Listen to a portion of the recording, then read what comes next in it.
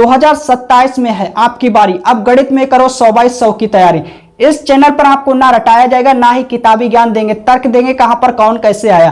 No drama, no clip, no बकवास, सीधी बात, बहुत सरल गणित। गणित को मलाई बना देंगे, गणित के हर एक चैप्टर का गर्दा उड़ाने वाले हैं, यानी उड़ाएंगे। अगर आप कक्षा 12 के स्टूडेंट हो तो ये क्लास आपके लिए। आज हम इस क्लास में विविध प्रश्नावली के 2 प्रश्न हल करके दिखाएंगे, तीसरा और चौथा प्रश्न। इससे पहले हम 2 प्रश्न हल करा चुके हैं, पहला और दूसरा। अगर अभी तक आपने वो वाली क्लास नहीं देखी तो मेरे चैनल पर जाकर वो वाली क्लास देख लीजिए, क्योंकि उस क्लास में मैंने प्रश्न नंबर 1 और प्रश्न नंबर 2 को कवर किया था। तो एक एक करके प्रश्नों को हल करते हैं।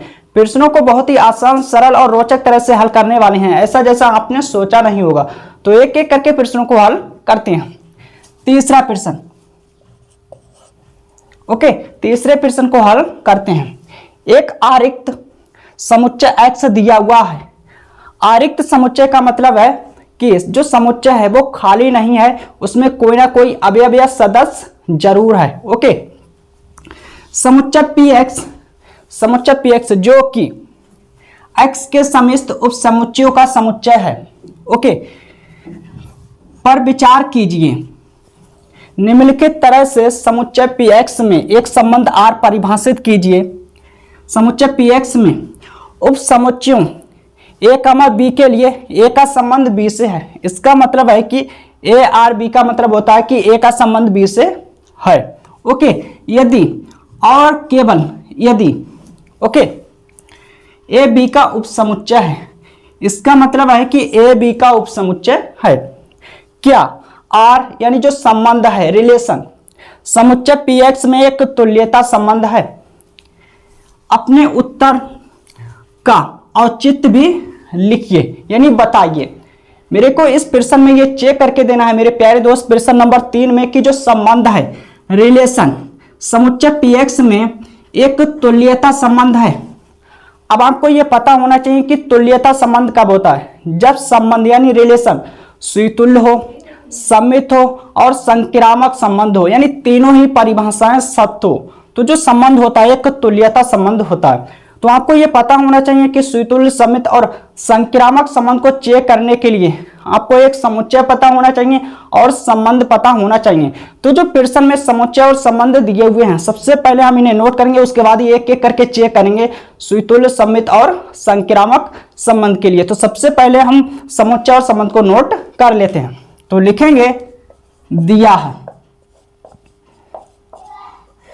क्या दिया है, समुच्चय सबसे पहले नोट करेंगे, px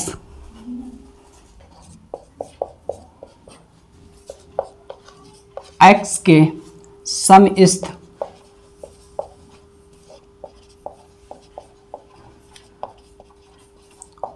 उपसमुच्चयों का समुच्चय।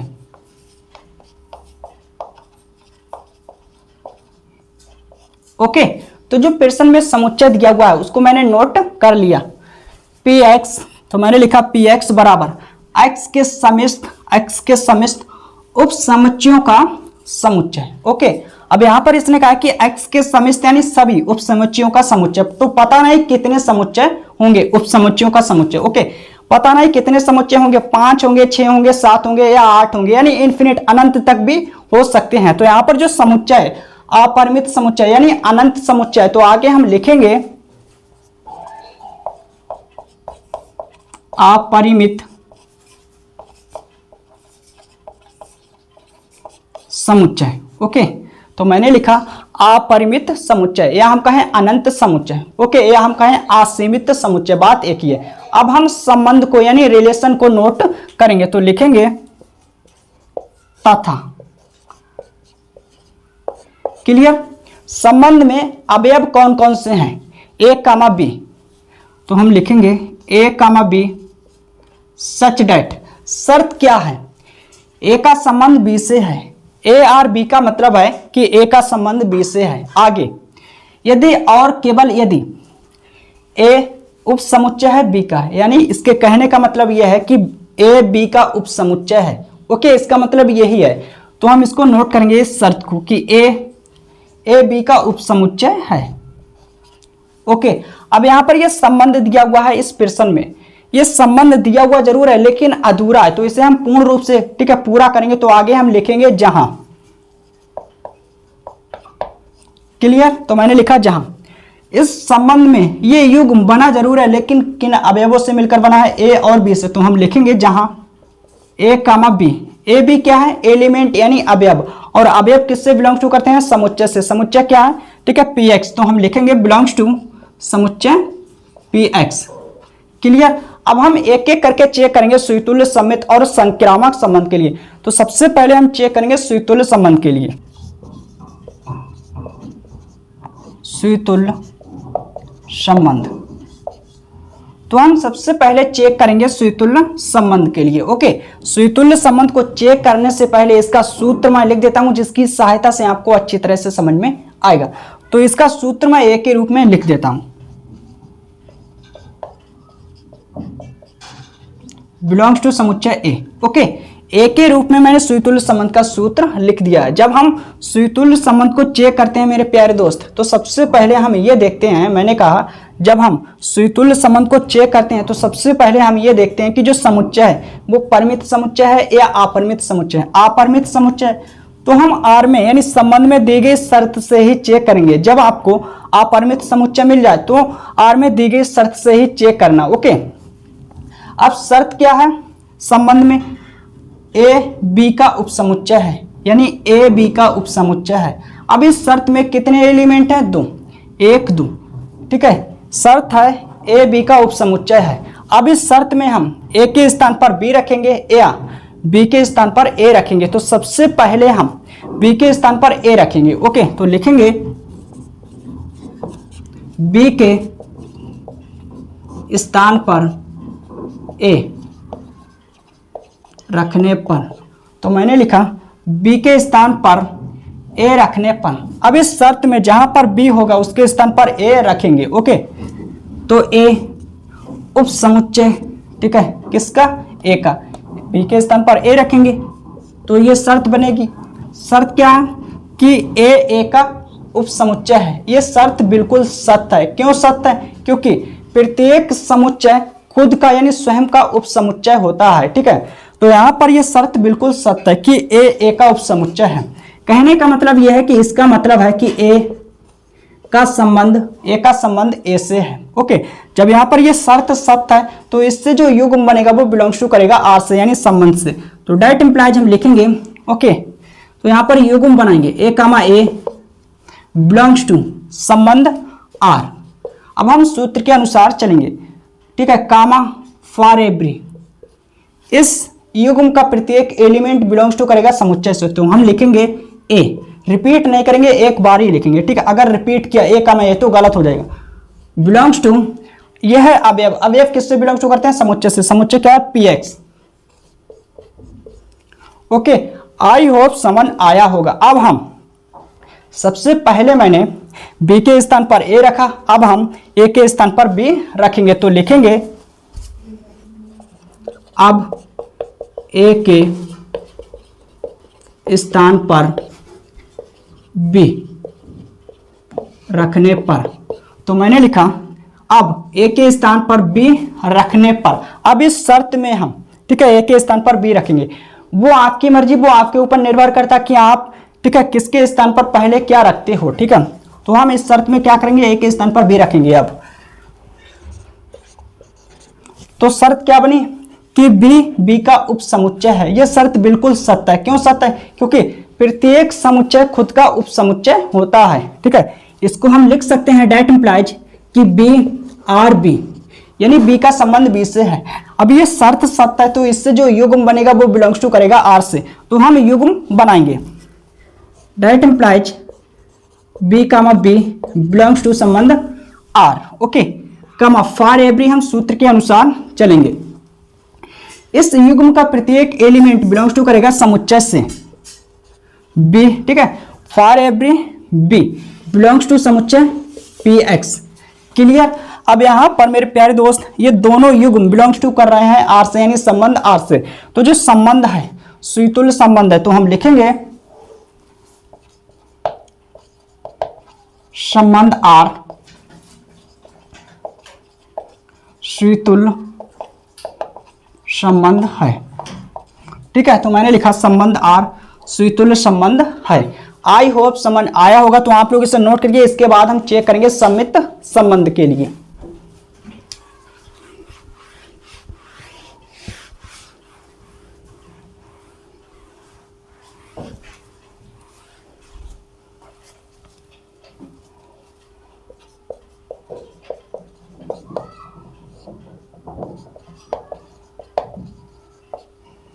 सम्मित संबंध का मतलब होता है कि खुद का उल्टा होना। इसको चेक करने के लिए, सम्मित संबंध को चेक करने के लिए इसका सूत्र मैं लिख देता हूं, जिसके आधार पर आपको अच्छी तरह से समझ में आएगा। ओके,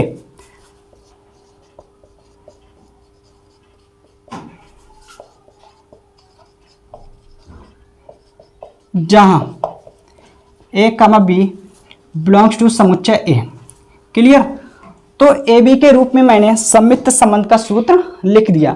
अब सम्मित संबंध का मतलब होता है खुद का उल्टा होना। अब हम इसको चेक करेंगे। सम्मित संबंध को चेक करने से पहले हम ये देखेंगे कि जो समुच्चय है, ठीक है, वो परिमित है या अपरिमित है। अपरिमित समुच्चय है तो हम आर में दी गई शर्त से ही चेक करेंगे कि जो संबंध है सम्मित संबंध है या नहीं है। ठीक है, तो शर्त क्या है? ठीक है, ए बी का उपसमुच्चय है, इसे नोट करेंगे।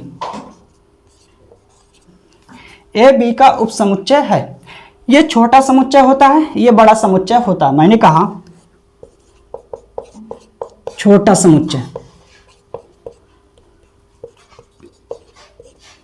ये बड़ा समुच्चय।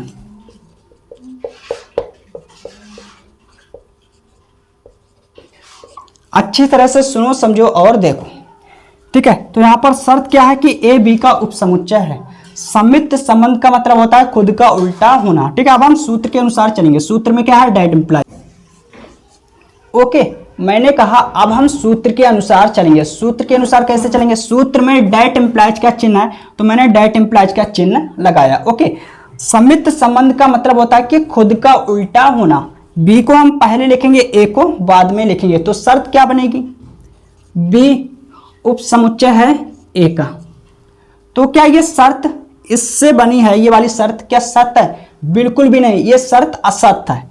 ठीक है, अब ये शर्त असत्य क्यों है? तो इसके लिए अच्छी तरह से सुनो, समझो और देखो। ठीक है, ये छोटा समुच्चय होता है, ये बड़ा समुच्चय होता है। ठीक है, मान लेते हैं कि इस समुच्चय के अंदर एलिमेंट है 1, 2। ठीक है, इस समुच्चय के अंदर एलिमेंट है 1, 2, 3, 4। ये रफ कार्य है, ये आपको पेपर में नहीं लिखना है, मैं आपको ठीक है लिख के बता देता हूं अच्छी तरह से, ताकि आपको अच्छी तरह से समझ में आ जाए कि ये शर्त असत्य क्यों है। ये छोटा समुच्चय होता है, ये बड़ा समुच्चय होता है। ठीक है, अब यहाँ पर की पॉइंट है, अच्छी तरह से सुनो, समझो और देखो। समुच्चय ए के सभी अवयव समुच्चय बी में उपस्थित होंगे, यानी होते हैं। समुच्चय ए के सभी अवयव समुच्चय बी में होंगे, लेकिन समुच्चय बी में कम से कम एक अवयव ऐसा होगा जो समुच्चय ए में नहीं होगा।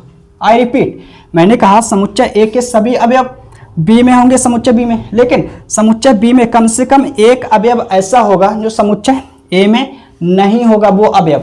ओके, अब यहाँ पर 3, 4 दो एलिमेंट अलग हैं। क्या इसमें 3, 4 एलिमेंट? बिल्कुल भी नहीं। इसमें 3 अवयव है, क्या इसमें 3 है? इसमें 4 है, क्या इसमें 4 है? नहीं है ना। तो यहाँ पर ये छोटा समुच्चय है, ये बड़ा समुच्चय। तो इसको हम इस शर्त को क्या इस प्रकार से लिख सकते हैं कि बी छोटा है ए बड़ा है? बिल्कुल भी नहीं। ठीक है, इसी प्रकार से इससे ये शर्त बनी है, ये है शर्त असत्य। आई होप समझ आया होगा, तो आप लोग इसे नोट करिए। इससे मैं रफ करता हूं, यह है रफ कार्य। ओके, ये पेपर में आप लोग मत लिखना। अब यहां पर ये शर्त सत्य है, इससे युग्म बनेगा, बिलोंग्स टू करेगा आर से। ये शर्त असत्य है, ठीक है, इससे युग्म बनेगा। ठीक है, इससे बिलोंग्स टू नहीं करेगा, यानी नॉट बिलोंग्स टू करेगा आर से। तो हम युग्म बनाएंगे। That implies A comma B belongs to R. ठीक है भाई, that implies B comma A not belongs to R. अब हम सूत्र के अनुसार चलेंगे। सूत्र के अनुसार किस प्रकार से लिखेंगे? जहां ये दोनों युग्म बने जरूर है, लेकिन किन अवयवों से मिलकर बने हैं? ए और बी से। तो हम लिखेंगे जहां A comma B belongs to, अवयव किससे बिलोंग टू करते हैं? समुच्चय से। तो समुच्चय क्या है? P X. तो हम लिखेंगे पी एक्स। आई होप समझ आया होगा। तो यहां पर ये बिलोंग्स टू, यहां पर नॉट बिलोंग्स टू। तो जो समुच्चय है मेरे प्यारे दोस्त, यहाँ पर बिलोंग्स टू का चिन्ह है, यहाँ पर नॉट बिलोंग्स टू का चिन्ह है, तो यहाँ पर जो संबंध है, ठीक है, समित संबंध नहीं है, तो हम लिखेंगे डेट इंप्लाइज संबंध आर समित संबंध नहीं है। आई होप समझ आया होगा, तो आप लोग इसे नोट करिए। इसके बाद हम चेक करेंगे संक्रामक संबंध के लिए। Okay,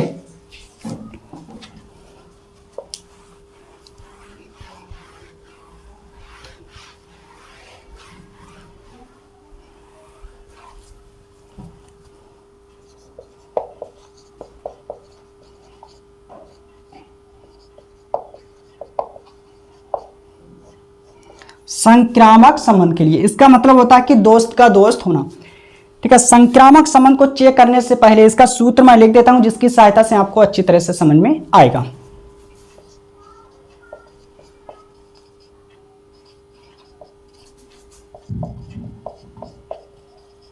That implies A, C belongs to R, जहां A, B, C belongs to समुच्चय A। क्लियर? तो मैंने ए बी सी के रूप में संक्रामक संबंध का सूत्र लिख दिया है। मेरे प्यारे दोस्त, इस सूत्र से स्पष्ट होता है कि संक्रामक संबंध को डिफाइन यानी परिभाषित करने के लिए 3 एलिमेंटों की जरूरत पड़ती है यानी होती है, 1 2 3। लेकिन संबंध में आर में केवल 2 एलिमेंट हैं, 1 2 ए बी। तो तीसरा एलिमेंट हम अपनी तरफ से मानेंगे यानी लेंगे। एनी पॉइंट आप कुछ भी नंबर ले सकते हो, ए से जेड तक जितने भी अल्फाबेट हैं, ठीक है, लेकिन ए और बी को छोड़ के, ए बी। तो तीसरा एलिमेंट हम सी ले लेते हैं। ठीक है, क्लियर? अब हम चेक करेंगे संक्रामक संबंध को। संक्रामक संबंध को चेक करने से पहले हम ये देखेंगे कि जो समुच्चय है वो परिमित समुच्चय या अपरिमित। अपरिमित समुच्चय है तो हम संबंध में यानी रिलेशन में दी गई शर्त से ही चेक करेंगे। शर्त क्या है? ए बी का उप समुच्चय, तो इसको नोट करेंगे, ए बी का उप समुच्चय है। ठीक है, अब हम सूत्र के अनुसार चलेंगे। सूत्र में क्या है? तथा। मेरे प्यारे दोस्त, संक्रामक संबंध का मतलब होता है दोस्त का दोस्त होना। ए का दोस्त बी, ए का दोस्त बी, तो बी का दोस्त भी कोई ना कोई होगा यानी बी से शुरू होने वाली शर्त। ए का दोस्त बी तो बी का दोस्त भी कोई ना कोई होगा यानी बी से शुरू होने वाली शर्त। तो तीसरा एलिमेंट मैंने कौन से लिया? सी। ठीक है, तो हम लिखेंगे कि बी का दोस्त सी, तो हम शर्त बनाएंगे कि बी उप समुच्चय है सी का। ठीक है, यह है सी। ओके, अब हम सूत्र के अनुसार चलेंगे। डेट इंप्लाइज का चिन्ह लगाएंगे। ए का दोस्त बी, बी का दोस्त सी, तो यहां से बी छूटेगा, फिर क्या बचेगा? ए और सी।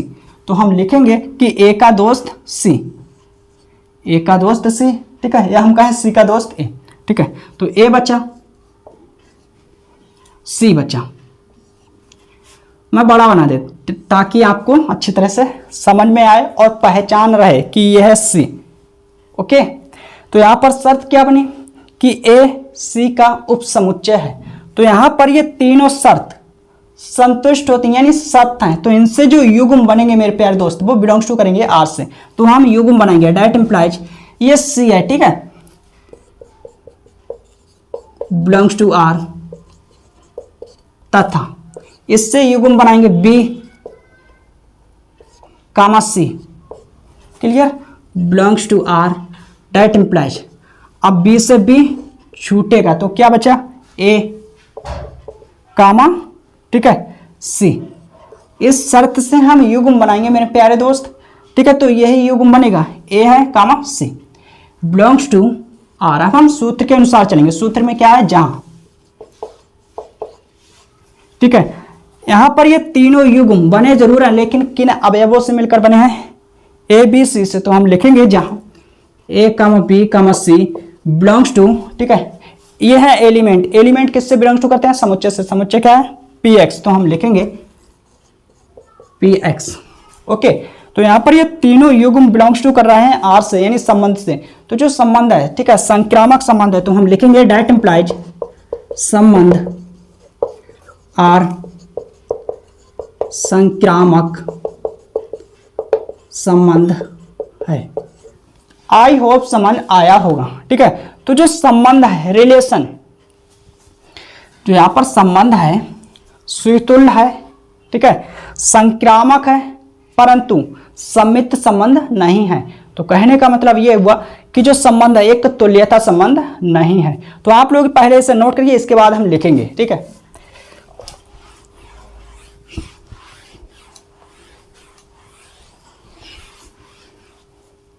तो हम लिखेंगे क्योंकि संबंध आर, ठीक है भाई, सुतुल्य तथा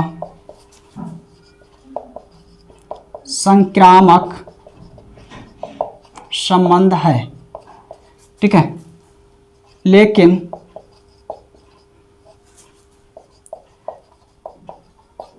सम्मित संबंध नहीं है। ठीक है, इसलिए संबंध आर एक तुल्यता संबंध नहीं है। ठीक है, तुल्यता संबंध कब होता है? जब संबंध सुतुल्य हो, सम्मित हो और संक्रामक संबंध हो। ठीक है, तो यहां पर एक संबंध गड़बड़ है। गड़बड़ कैसे है? यहां पर सम्मित नहीं है लेकिन, ठीक है, सुतुल्य है और संक्रामक है, ये गड़बड़ है। तो इसीलिए यहां पर जो संबंध है, ठीक है, तुल्यता संबंध नहीं है। तुल्यता संबंध के लिए कंडीशन क्या होती है? तुल्यता संबंध के लिए शर्त होती है कि संबंध जो है वो सुतुल्य होना चाहिए, सम्मित होना चाहिए और संक्रामक संबंध होना चाहिए। आई होप समझ आया होगा। तो आप लोग इसे नोट करके इसके बाद हम चौथे प्रश्न को हल करेंगे।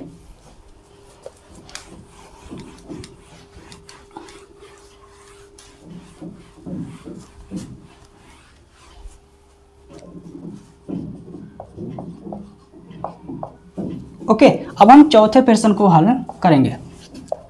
प्रश्न नंबर चौथा, समुच्चय। यहां पर जो समुच्चय दिया हुआ है से स्वयं तक, यहां पर ये की पॉइंट है इस प्रश्न में, स्वयं तक के समिष्ट यानी सभी आच्छादक फलनों की संख्या ज्ञात कीजिए। ठीक है, तो प्रश्न में जो समुच्चय दिया हुआ है सबसे पहले इसे हम नोट करेंगे, उसके बाद ही हम आच्छादक फलनों की संख्या ज्ञात करेंगे। ओके, तो यहां पर समुच्चय दिया हुआ जरूर है लेकिन समुच्चय का नाम नहीं दिया हुआ मेरे प्यारे दोस्त, तो इसको हम कुछ ना कुछ नाम दे देते हैं। ओके, एनी पॉइंट हम कुछ भी नंबर दे सकते हो, तो इसे हम ए नाम दे देते हैं।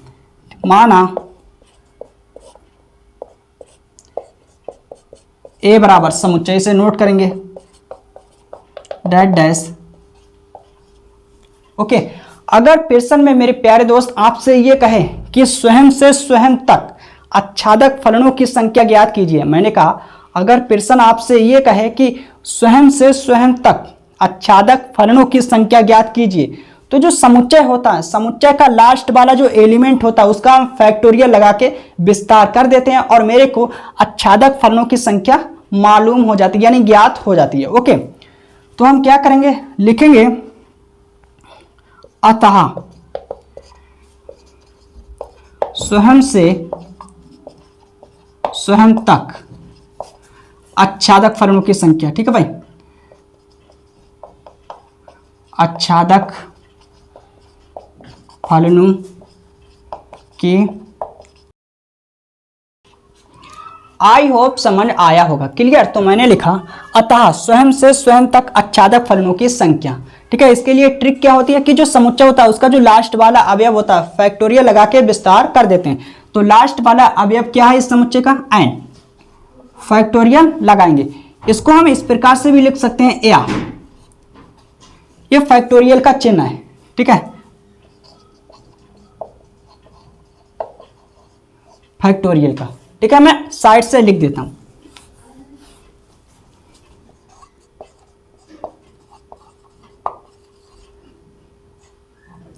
ठीक है, ये फैक्टोरियल का चिन्ह है या, इससे ज्यादा हम विस्तार नहीं कर सकते हैं। यही मेरा फाइनल आंसर है। क्लियर? आई होप समझ आया होगा। मैंने कहा मेरे प्यारे दोस्त अगर प्रश्न आपसे ये कहे कि स्वयं से स्वयं तक आच्छादक फलनों की संख्या ज्ञात कीजिए, तो हम देखेंगे कि जो समुच्चय है उसका लास्ट वाला जो एलिमेंट है उसका हम फैक्टोरियल लगा के विस्तार कर देते हैं और मेरे को आच्छादक फलनों की संख्या मालूम यानी ज्ञात हो जाती है। तो यहाँ पर इस समुच्चय का लास्ट वाला अवयव n है, तो इसका मैंने फैक्टोरियल लगाया। अब इससे ज्यादा इसका विस्तार नहीं कर सकते हैं, ठीक है। अगर करेंगे फिर भी नंबर, ठीक है, उतने ही मिलेंगे, अगर नहीं करेंगे फिर भी नंबर उतने ही मिलेंगे। मान लेते हैं कि इस समुच्चय का लास्ट वाला अवयव 4 है, तो इसका हम फैक्टोरियल लगाएंगे, या इसको हम इस प्रकार से भी लिख सकते हैं, ये फैक्टोरियल का चिन्ह होता है, ठीक है। तो विस्तार हम किस प्रकार से करते हैं, 4 लिखेंगे, ठीक है, अब 3, फिर 2, फिर 1, यानी 1 कम करते चले जाते हैं और 1 तक हम लिखते हैं, ठीक है। 4, 3, 2, 1। अब हम गुणा करेंगे, 12, 24, 24 से कम 24। मैंने कहा अगर हम सपोज करते हैं, मान लेते हैं इस समुच्चय का लास्ट वाला अवयव 4 है, तो इसका हम फैक्टोरियल लगा के और विस्तार कर देते हैं, तो ये मेरा उत्तर आता। लेकिन यहाँ पर लास्ट वाला अवयव n है, तो फैक्टोरियल लगाया, इससे ज्यादा हम विस्तार नहीं करेंगे। यही मेरा फाइनल आंसर है। आई होप समझ आया होगा। तो अगर आज की क्लास अच्छी लगी हो तो अपने चैनल को लाइक, सब्सक्राइब और शेयर करिएगा। मेरे प्यारे दोस्त, 2027 में है आपकी बारी, अब गणित में करो 100/100 की तैयारी। इस चैनल पर आपको ना रटाया जाएगा, ना ही किताबी ज्ञान देंगे, तर्क देंगे कहां पर कौन कैसे आया। No drama, no clip, no बकवास, सीधी बात, बहुत सरल गणित। गणित को मलाई बना देंगे, गणित के हर एक चैप्टर का गर्दा उड़ाने वाले हैं, यानी उड़ाएंगे। ओके, तो मिलते हैं अगली क्लास में।